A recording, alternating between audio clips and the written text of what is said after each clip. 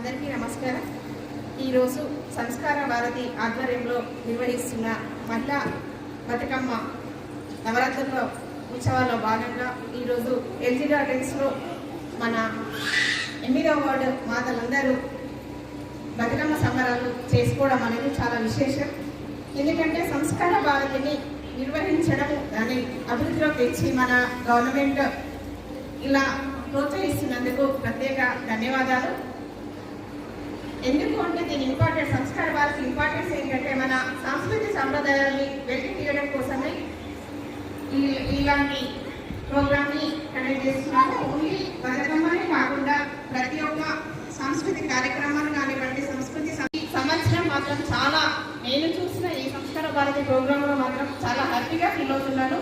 ఎందుకంటే ఇదివరకు ఎలా ఉండే బతుకమ్మ ఎలా ఆడుతుండే మేము చిన్నప్పుడు ఆడే చూపులు ఇప్పుడు చూస్తున్నాము. ఎందుకంటే డీజే సౌండ్ కానీ ఇవన్నీ కూడా మ్యూజిక్ కానీ ఇవన్నీ పెట్టడం బంద్ చేసి ఓన్లీ పాటలు మన సాంప్రదాయబద్ధంగా బతుకమ్మ పాటలు బతుకమ్మ చప్పట్లతో చాలా అంగరంగ వైభవంగా నిర్వహించుకుంటున్నాము.